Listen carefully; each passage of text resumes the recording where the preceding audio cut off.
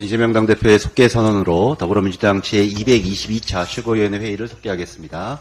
네, 회의를 속개하겠습니다. 먼저 이재명 당대표의 모두 발언이 있겠습니다. 제가 어제 지역구 현장을 좀 돌아봤는데 그중에 인상적인 장면이 하나 있었습니다. 노점을 하는 아주 나이든 할머니셨는데 이분이 식당을 하는데 식당이 너무 안 돼서 부산기라도 팔아야 되겠다라고 해서 길거리로 나왔다면서 저보고 꼭 식당 한번 들러달라고 이렇게 간절하게 부탁하셨습니다. 손님이 아예 없다고 합니다. 경제 상황이 너무 안 좋습니다. 이 경제 파탄, 민생 파탄의 책임은 현 정부에 있습니다. 이번 선거는 이번 정부의 이 민생 파탄, 경제 무능, 국기 문란에 대해서 심판하는 선거입니다. 이 민생 파탄에 전적인 책임이 있는 정부 여당이 지금 폭력적으로 국정을 운영하고 있습니다. 카이스트 학위 수여식에서 R&D 예산 삭감을 항의했다는 이유로 소위 입을 틀어막고 강제로 끌어내는 그런 사건이 있었습니다. 제가 대학 다닐 때, 젊을 때 생각 중에 공포스러운 장면이 하나 있습니다. 소위 사과탄 가방을 맨 백골단이었죠. 정말 공포 그 자체였습니다. 사과탄과 백골단이 다시 등장하는 게 아닌가 하는 그런 걱정이 듭니다. 해병대 순직 사고가 발생한 지 오늘로 7달이 지났습니다. 그런데 역시 이 사건에 대해서도 박정훈 대령 입막음 탄압만 결란이었습니다. 그리고 이 수사 외압의 당사자인 신범철인가요? 신범철이죠. 이 신범철 차관을 공천했다는 거 아니겠습니까? 수사 외압 의혹에 책임이 없다고 할 수 없는 관련성이 있어 보이는 인사를 공천한 것도 결국은 입틀막 공천 아니냐 이런 지적이 있습니다. 이번 총선에서 이런 폭정을 반드시 멈춰 세우고 민생 파탄, 경제 파탄의 책임을 물어야 합니다. 만약에 이번 선거에서 마지막 보루라고 할 수 있는 입법권까지 그들 손에 넘겨주게 되면 정의와 상식이 다 무너진 그야말로 절대 왕정으로 복귀하지 않을까 심하게 우려됩니다. 경제 파탄은 계속될 것입니다. 국민들의 입은 틀어막히고 귀도 막힐 것입니다. 민주주의는 그야말로 질식하게 될 것입니다. 의대 정원 확대를 둘러싸고 논란이 심각하고 우리 국민들의 걱정이 많습니다. 이해할 수 없는 게 그렇습니다. 어떻게 한꺼번에 2,000명을 증원하겠다는 그런 발상을 할 수 있는지 참 걱정이 됩니다. 그래서 한간에 이런 시나리오가 떠돕니다. 도저히 수용할 수 없는 요구를 던진 다음에 혼란과 반발을 극대화시켜서 국민들의 관심을 끌어모은 연후에 누군가가 나타나서 이거를 규모를 축소하면서 원만하게 타협을 끌어내는 그런 정치쇼를 하려는 거 아니냐라는 지적입니다. 저도 똑같은 생각을 합니다. 왜 이런 무리한 수를 던졌을까? 우리 민주당 정부에서 연간 400명 정도를 증원하자. 10년간. 이런 제안을 했을 때 여당의 반응이 어땠는지 생각이 됩니다. 그런데 무려 그 400명의 5배가 되는 연간 2,000명을 지금 당장 증원을 하면 지금 현재 의대들이 이 2,000명을 수용할 수 있습니까? 저는 불가능하다고 봅니다. 그걸 과연 정책 당국이 몰랐을까? 저는 다 예측했을 것이라고 생각합니다. 그 정도로 바보는 아니겠죠. 이 민생의 문제, 이 국정 문제를 이런 정략으로 접근한다고 하는 게 사실이라면 정말로 심각한 일입니다. 권력을 사유화한 결과 아니겠습니까? 그러지 않을 것이라고 믿습니다. 그래서는 안 됩니다. 의사수를 늘리는 일은 단순히 덧셈하는 산수 문제가 아닙니다. 정원 확대의 목적을 분명하게 하고 그게 성과로 이어질 수 있도록 치밀하게 개선하고 타협하고 협의하고 조정해야 되는 국정 과제입니다. 고차 방정식입니다. 공공의료, 필수의료, 지역의료 확충을 위해서 정원 확대가 필요합니다.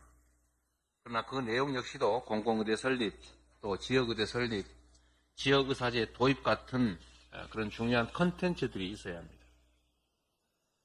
총선용 포퓰리즘 정략이 아니고 국민을 살리는 실현 가능한 정책이 되도록 해야 합니다.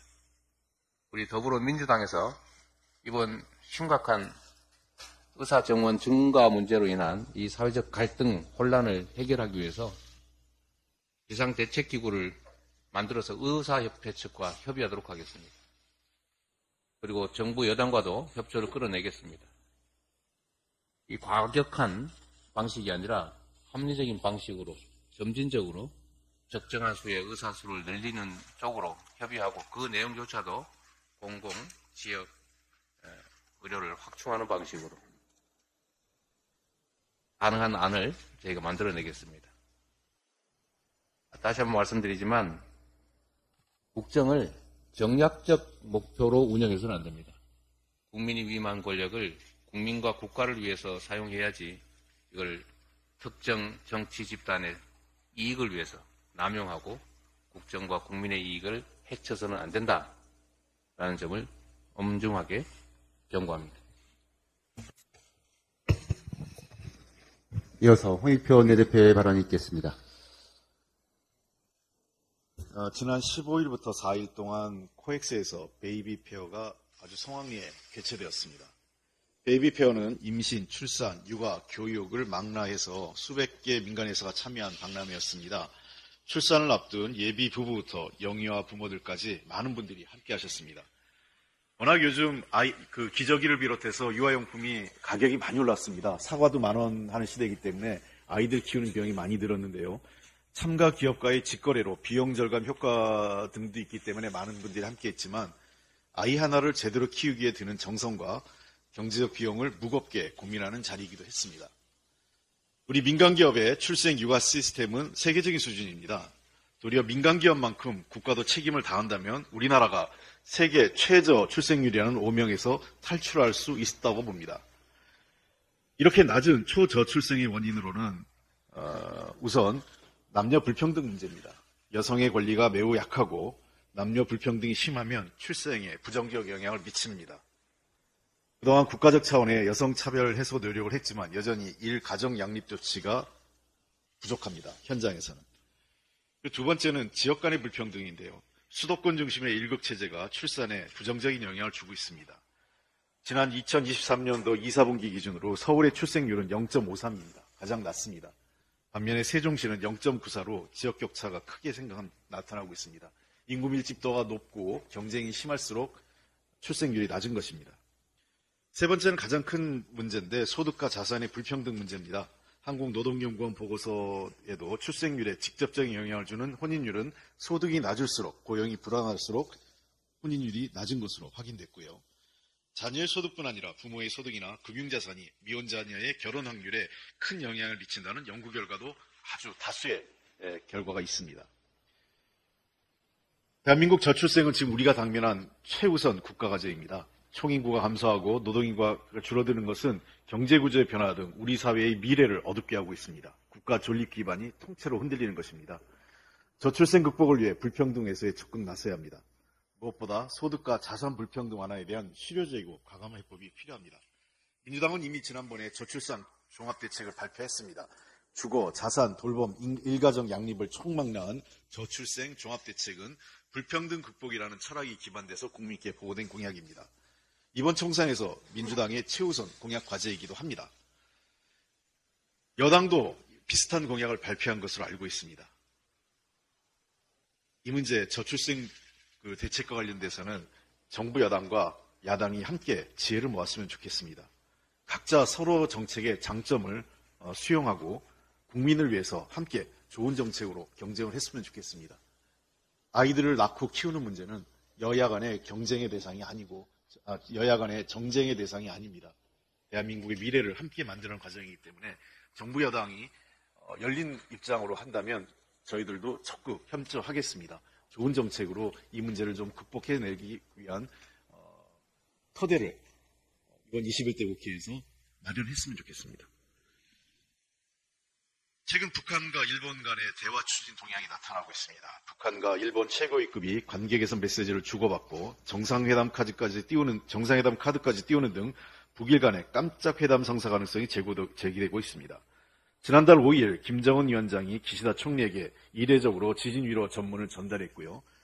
이것을 바탕으로 지난 2월 9일 기시다 총리가 구체적으로 여러 활동을 하고 있다면서 작금의 북일 관계 현상에 비춰 대담하게 현상을 바꿔야 필요성을 느낀다라고 언급을 했습니다. 또 이에 대한 화답으로 2월 15일 김여정 북한 노동당 부부장이 두 나라가 얼마든지 새로운 미래를 함께 열어나갈 수 있다. 기시다 수상이 평양을 방문하는 날이 올 수도 있다라고 했습니다. 이에 대해 미국도 지난 15일 북일 간 관계 개선 움직임을 공개적으로 지지했습니다. 정박 미 국무부 동아시아 태평양 담당 부차관보가 북한과 대화와 외교의 중요성을 강조하면서 사실상 지지한다는 입장을 밝힌 것입니다. 우크라이나 전쟁, 하마스 사태 등에 이어 또 다른 제3의 전쟁터를 만들고 싶지 않은 바이든 정부의 전략적 판단이 작용한 것 같습니다. 한반도 정세 관리를 위해 대북 강경도 일변도보다는 일본을 활용하는 것이 더 좋지 않는가 하는 분석이 일본 내에서도 제기되고 있는 것입니다. 기시다 총리는 3월 20일 예정된 방안을 통해 북일 대화에 대한 한국 정부의 지지 혹은 묵인을 4월 10일 전후로 예정된 미국 국빈 방문에서는 미국의 지지를 얻어서 본격적인 북한과의 접촉 대화를 추진할 가능성이 점쳐지고 있습니다. 북한은 현재 국제사회와 고립돼 있고 남북 대화도 단절돼 있습니다. 우리 정부는 북한의 형제국인 쿠바와 65년 만에 수교를 했습니다. 아주 잘한 일입니다. 이것은 노태우 정부의 국방정책 이후에 여야를 떠나서 진보 보수 정부를 떠나서 모든 정부가 일관되게 쿠바와의 국교관계 수립에서 노력해 왔는데 그 결실을 윤석열 정부가 맺은 것입니다. 아주 잘한 일이라고 생각을 합니다. 북한의 적대국인 쿠바와 우리가 손잡은 것입니다.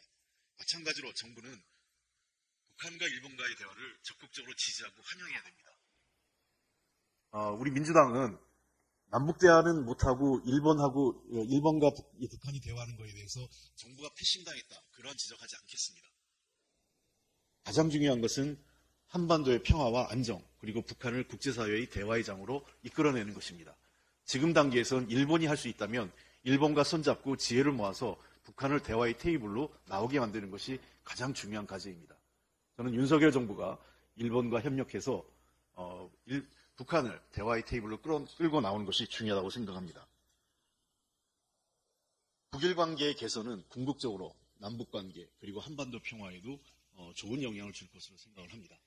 정부가 눈앞에 북한을 고립시키거나 또는 북한을 압박하기 위한 수단으로 북일 관계에 어깃장을 놓기보다는 북일 관계를 지렛대 삼아서 남북 관계와 한반도의 미래를 열기 위한 전략적 수단으로 판단하는 것이 좋다 이렇게 생각을 합니다. 더불어민주당은 이에 대해서도 정부와 적극적으로 협조할 생각이 있습니다. 정부에 대해서 남북 대화를 못하는데 일본은 대화한다 이런 식의 비판하지 않겠습니다. 윤석열 정부도 전략적 판단을 해주시기 바랍니다. 이상입니다. 다음으로 정청래 최고위원의 발언이 있겠습니다.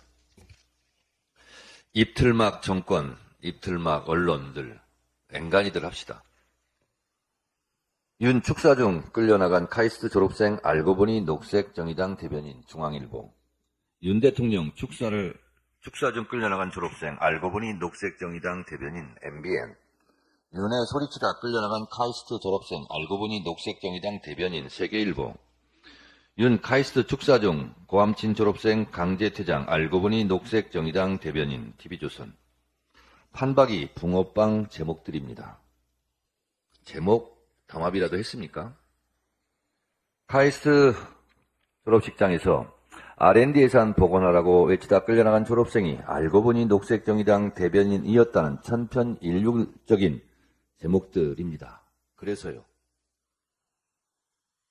언론사끼리 서로 짬짬이 하거나 서로 연락해서 알고 보니로 제목을 뽑자고 하지는 않았을 텐데 알고 보니 싱크로율이 대단히 놀랍습니다. 지난번 진보당 강성희 의원의 입틀막 강제 퇴장에 이어 이번 카이스트 졸업생 입틀막 조치에 국민들의 분노가 들끓고 있습니다. 대통령에 대한 직접적인 위험도 없는 먼 거리 상태에서 구호 몇 마디 외쳤다 하여 잔인하게 끌려나가는 장면을 보면서 지금이 차지철 경호실장이 판치던 박정희 독재 정권 시대인지 경악스러운 일입니다. 대통령 경호실의 오바 액션도 문제지만 언론들의 입틀막 제목과 기사들은 더 한심합니다. 카이스트 졸업생이 오죽하면 저런 행동을 했을까? R&D 대폭 삭감으로 과학기술계가 고사 상태에 빠졌다는 심층 기사는 찾아보기 어렵고 그저 알고 보니 녹색정의당 대변인이라는 제목으로 피맺힌 구호를 입틀막 해서야 되겠습니까? 윤석열 정권 알고 보니 박정희 전두환 군사 독재 정권과 다름없어. 윤석열 정권 언론사들 알고 보니 박정희 전두환 군사 독재 정권 때보다 더 아부심해.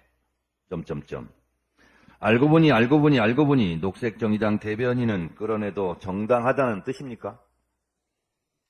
정권의 심리보다 구독자, 시청자, 국민의 심리를 살피는 언론이길 진심으로 바랍니다.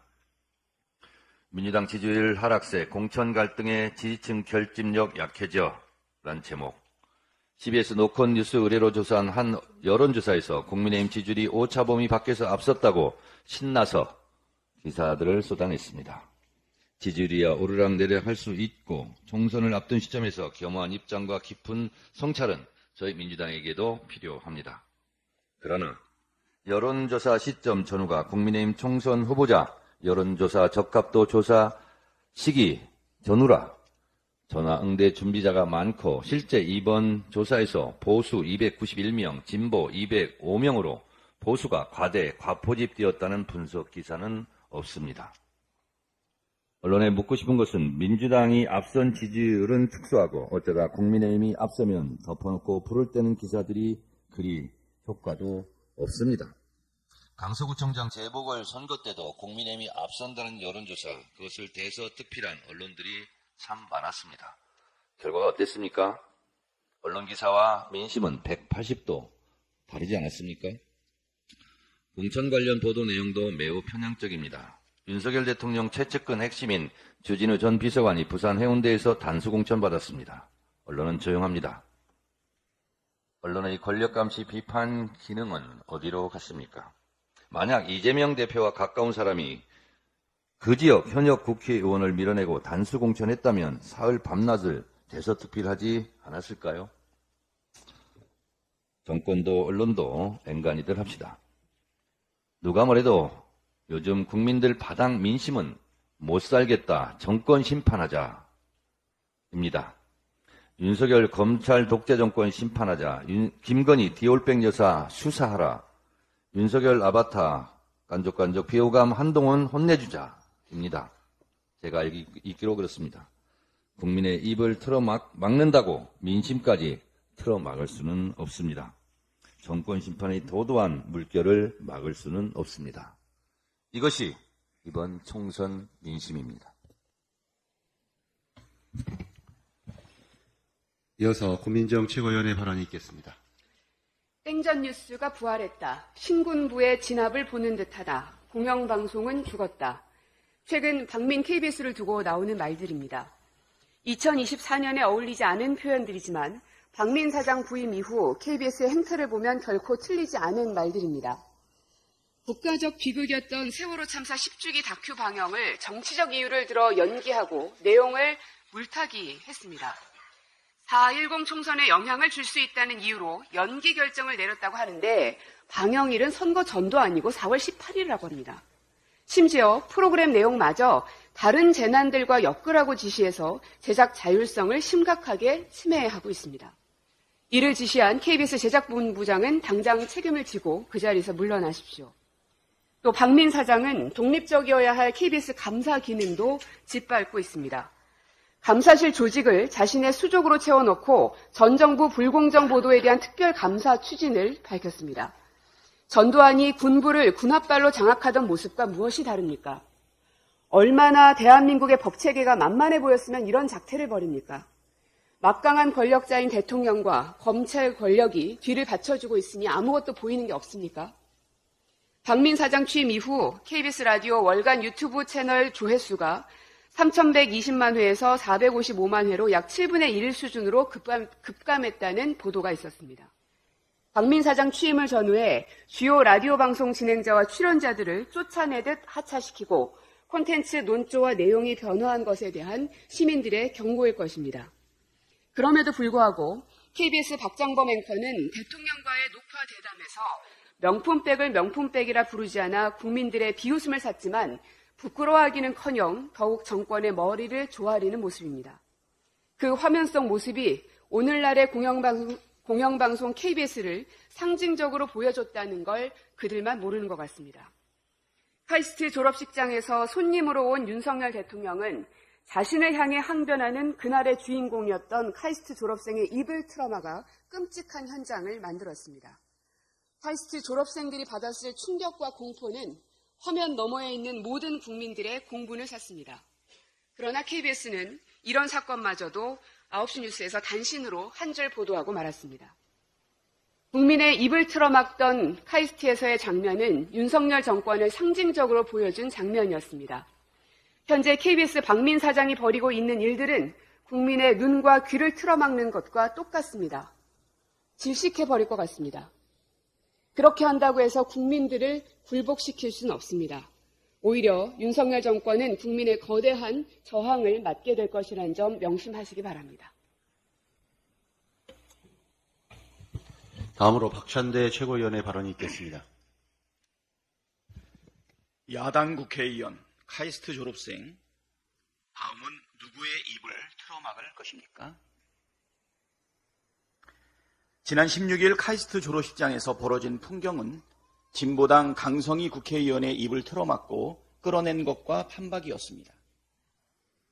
대통령 경호 초에 폭력적인 과잉 경호가 또다시 벌어졌습니다. 입을 틀어막고 사지를 번쩍 들어 졸업식장 밖으로 끌고 나가야 할 정도로 윤석열 정부의 R&D 예산 삭감에 항의하는 목소리 듣는데 그렇게 불편하셨습니까? 대통령실은 과잉 경호를 넘어선 폭력에 대해 사과하기는커녕 정당한 조치였다고 주장했습니다. 한마디로 적반하장식 외변입니다. 졸업식장의 주인은 대통령이 아니라 졸업생입니다. 윤석열 대통령은 손님 자격으로 참석했지만 주인인 졸업생들을 내쫓았습니다. 손님이 자기 마음에 들지 않는다고 주인을 마음대로 내쫓고서 아무 문제가 없었다고 하면 아무 문제가 없는 것입니까? 김건희 고가 명품백 수수 사건을 설명하는 대통령실의 논리대로라면 주거 침입한 대통령이 주인 입을 틀어막고 사지를 들어 내쫓은 사건 아닙니까? 각종 범죄 혐의를 받고 있는 배우자에게는 한없이 관대하면서 왜 애꿎은 국민에게는 한없이 박절합니까? 반복되는 입틀막 사태는 윤석열 정권의 본질을 똑똑히 보여주고 있습니다. 조금이라도 거슬리는 말을 하면 무조건 내쫓겠다는 독재자의 태도와 하나도 다를 게 없습니다. 집권여당 대표조차 마음에 안 든다고 수시로 갈아치우더니 이제는 국민마저 대놓고 입을 틀어막고 내쫓고 있습니다. 나라의 주인인 국민의 입을 틀어막은 죄, 민주주의 역사를 후퇴시킨 죄, 모두 반드시 심판받게 될 것입니다.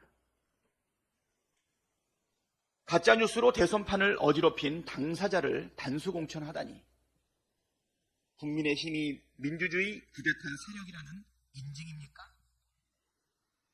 국민의힘이 지난 대선 기간에 이재명 조폭 연루설을 앞장서 퍼뜨렸던 장영하 변호사를 경기 성남 수정에 단수공천했습니다. 윤석열 대통령은 앞에서 가짜뉴스에 대해 비판하고 국민의힘은 뒤에서 가짜뉴스 유포 주범을 단수공천하는 희한한 일이 벌어진 것입니다. 대선 기간 장영하는 조폭에게 건네받은 가짜 돈다발 사진을 근거로 이재명 후보가 조폭에게 돈을 받았다는 허위 사실을 주장했습니다. 심지어 국민의힘 김용판 의원은 국정감사장에서 그 가짜 돈다발 사진을 공개하며 똑같이 가짜뉴스를 퍼뜨렸습니다. 결국 가짜 돈다발 사진을 건넨 조폭 박철민은 지난해 징역 1년 6개월을 선고받았습니다. 조폭 연루설이라는 시대의 가짜뉴스 유포에 대해 검찰과 국민의힘은 한 통속처럼 움직였습니다. 검찰은 황당한 이유를 들어 장영하를 기소하지 않았고 국민의힘도 김용판 의원에 대해 아무런 징계를 내리지 않았습니다. 그러나 법원은 민주당이 낸 재정 신청을 받아들여 장영하를 재판에 넘겼습니다. 윤석열 대통령은 수차례 가짜뉴스가 민주적 의사결정 시스템을 왜곡하고 위협한다고 비판한 바 있습니다.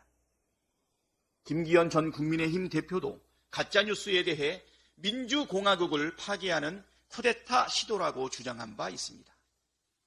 그렇다면 장영하를 단수공천하고 김용판 의원에게 경선 기회를 준 국민의힘이야말로 민주공화국 파괴, 쿠데타 세력이라는 말입니까? 대한민국의 민주주의 시스템을 왜 왜곡하고 위협하는 세력, 민주공화국 파괴 쿠데타 세력이 누구인지 이제 분명해졌습니다. 단호한 심판만이 민주주의를 지키는 일입니다. 민생경제를 지키는 일입니다. 한반도의 평화를 지키는. 다음으로 서영교 최고위원의 발언이 있겠습니다. 바보야, 문제는 경제야 라고 하는 말을 제가 초기부터 했습니다. 제일 중요한 건 경제입니다. 윤석열 정권이 대한민국의 경제를 아주 어렵게 망가뜨려 놨습니다. 국민들이 심판하겠다, 정말 못 살겠다, 이렇게는 못 살겠다, 윤석열 대통령 되고 되는 게 없다, 우리 경제 다 망가졌고 내가 먹고 살기 힘들다, 그래서 윤석열 심판하자, 이렇게 외치고 계십니다. 이런 윤석열 대통령이 평상시에 국민의 목소리에 귀 기울이지 않고 무너져가는 경제를 살리기 위해서 노력하지도 않더니 이제 총선을 며칠 앞두고 전국을 돌아다니면서 홍보 선심용 쇼를 하고 있습니다. 정책 민생 토론이라며 민생은 없고 정책도 없는데 홍보 쇼를, 원맨 쇼를 대통령이 하고 다닙니다. 이 원맨 쇼를 하고 다니는 것에 대해서 제가 한번 정리를 해보았습니다. 경기도에서만 7번입니다. 서울에서 3번입니다. 그리고 대전에서, 부산에서. 대전에서는 지금 많은 최고위원들이 얘기했듯이 사고가 있었고요. 부산에서는 부산시당, 국힘에서나 할 법한 공약들을 마구 쏟아내고 돌아왔습니다.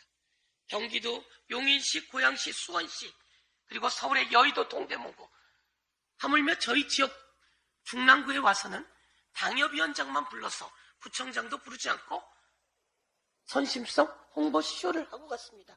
이에 대해서는 선거에 영향을 미치려고 하는 관권 선거다, 저희들이 이렇게 판단을 하고 선거법 85조 1항 위반으로 법적 조치했고, 이번에 또다시 대통령과 그 밑에 정책 쇼를 기획한 공무원들 그리고 대통령실 관계자들을 법적 조치하겠습니다. 그리고 대통령은 카이스트에 가서 이렇게 이야기했습니다. 이공계 석사에게는 월 80만 원, 박사에게는 110만 원. 이것은 선거법 113조 2항 위반입니다. 누구나 기부를 약속하거나 이야기해서는 안 된다라고 하는데, 하물며 공무원 중에 최고위직인 대통령이 이런 약속을 했으니 대통령은 선거법 위반이고, 이것을 기획한 모든 자들은 선거법 위반입니다. 대통령이 카이스트에 가서 그 발언을 하는 동안 한 카이스트 졸업생이 이야기했습니다. 대통령님, R&D 예산 복원해 주시죠 라고 하자 대통령의 경호실에서는 닥쳐! 입 틀어 먹어! 그리고 그런네! 라고 하면서 학생을 질질 끌고 나갔습니다. 백주대낮에 이런 일이 있을 수 있습니까? 이 졸업식의 주인은 바로 이 학생이었습니다. 그런데 대통령은 이 학생처럼 졸업식장의 주인이 아닙니다. 그런데 이렇게 졸업식 가운들을 입은 경호원들이 이 학생들을 입을 틀어막고 질질 끌고 나갔습니다. 박정희보다도 전두환보다도 더한 독재, 검찰 독재, 폭력 독재, 그리고 경제를 다 망가뜨린 이 윤석열 정권, 이제는 정말 못 살겠다, 갈아엎자라고 하는 국민의 민심이 철철 강물처럼 흐르고 있는 것을 오늘 이 자리에서 낱낱이 고발합니다. 이상입니다. 다음으로 장경태 최고위원의 발언이 있겠습니다. KBS가 박민 사장의 1인 미디어입니까? KBS 세월호 참사 10주기 다큐멘터리가 윗선의 반대로 4월에 방송되기 어렵다고 합니다. 방영 예정일은 4월 18일로 총선 이후 8일 뒤지만 총선에 영향을 주고 전후 한두 달은 영향권이라는 기막힌 답변을 했다 합니다. KBS가 총선에 영향을 줄 수 있는지 아닌지를 판단하는 것 자체가 잘못된 것 아닙니까? 땡뉴 뉴스에 대통령 홍보용 대담을 재방송까지 편성한 것이야말로 총선에 영향을 주는 행위 아닙니까? 김건희 명품백 수수 논란에 대해 축소 왜곡하고 이태원 참사 특별법 거부 등을 왜곡 은폐하는 것이 총선에 영향을 주는 것 아닙니까? KBS는 박민 사장의 개인 방송이거나 충성 도구가 아닙니다. 세월호 10주기 다큐 방송을 예정대로 방영하시기 바랍니다. 윤석열 정부의 소상공인 우롱 정책이 논란이 되고 있습니다. 연 매출 3천만 원 이하 소상공인을 대상으로 전기요금을 최대 20만 원까지 지원하는 정책입니다. 먼저 댓글을 소개해드리겠습니다. 장난하는 것도 아니고 연 매출 3천이면 망해도 진작 망했겠지. 이딴 걸 정책이라고 생색은 쌍시옷. 연 매출 3천 이하면 월 250 매출인데 과연 누가 받을지 인증했으면 하네요. 하루에 9만 원 파는 말장난 보여주기식. 순익도 아니고 매출 3천만 원이면 인건비, 재료비는 제대로 나오겠습니까? 경제 모르는 대통령의 소상공인 모르는 중기부입니까? 이 정책을 시행하는 중기부에서는 매출 3천만 원 이하 소상공인이 126만 명이라 추산하고 있습니다. 이러한 근거는 중기부에서 23년 8월 발표한 21년 중소기업 소상공인 기본 통계에 따른 것으로 보입니다. 소상공인 733만 5천 개 중 연매출 5천만 원 이하 기업수는 424만 4천 개로 나타납니다. 하루에 14만 원어치 물건도 못 파는 소상공인이 절반이 넘는 상황입니다. 8천 원짜리 짜장면으로 치면 중국집 2곳 중 한 곳은 하루 종일 18그릇도 못 파는 것입니다. 나라가 언제 망해도 소상공인이 언제 망해도 이상하지 않은 수치입니다. 그런데 다른 통계도 있습니다. 중기부와 통계청이 공동으로 23년 12월에 발표한 22년 소상공인 실태 조사가 있습니다.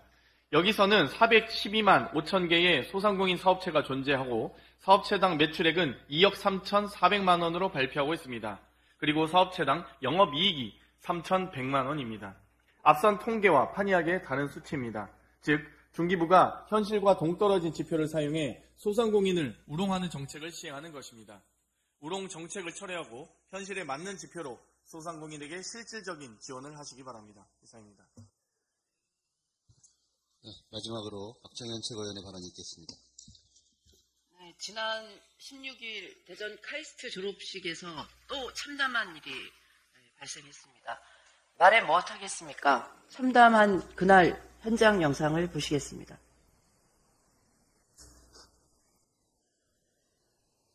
제가 여러분의 손을 굳게 잡겠습니다. 카이스트 학위수여식 윤석열 대통령이 참석해 축사를 하던 도중 카이스트 졸업가운을 입은 한 사람이 일어나 R&D 예산을 복원하라며 큰 소리로 외칩니다. 한 졸업생이 일어서 고함을 지르자 비슷한 졸업가운을 입은 다른 남성들이 곧장 달려듭니다. 졸업생으로 위장한 경호원들입니다. 이들은 학생을 밀어서 넘어뜨린 뒤 몸을 들어 행사장을 빠져나갔습니다. 67명이 한꺼번에 달려들면서 학생은 별다른 저항을 하지 못했고 입도 틀어 막혔습니다.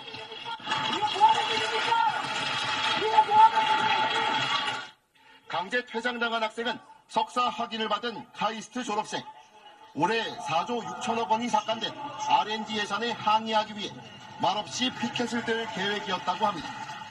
피켓은 들어올리자마자 저희 뺏겼고요. 거의 동시에 팔 붙들리고 입 막고 다리 들고 그런 식으로 해서 피켓을 뺏겼으니까 말로라도 한다는 생각으로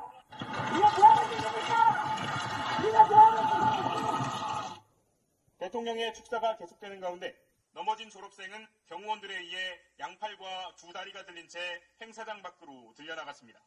현장에 있던 일부 참석자들이 남성을 놔달라고 소리치면서 행사장은 다소 소란스러워졌습니다.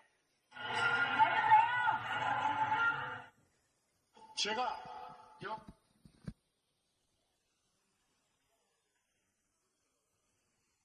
아직 덜.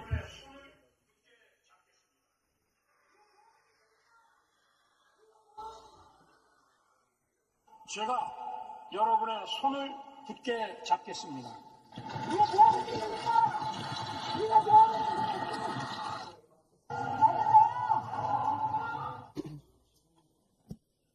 R&D 예산을 복원하라고 외치는 학생의 손도 못 잡는 윤석열 대통령. 도대체 누구의 손을 잡겠다는 겁니까? 이제 국민들이 윤석열 대통령의 손을 놓고 싶습니다.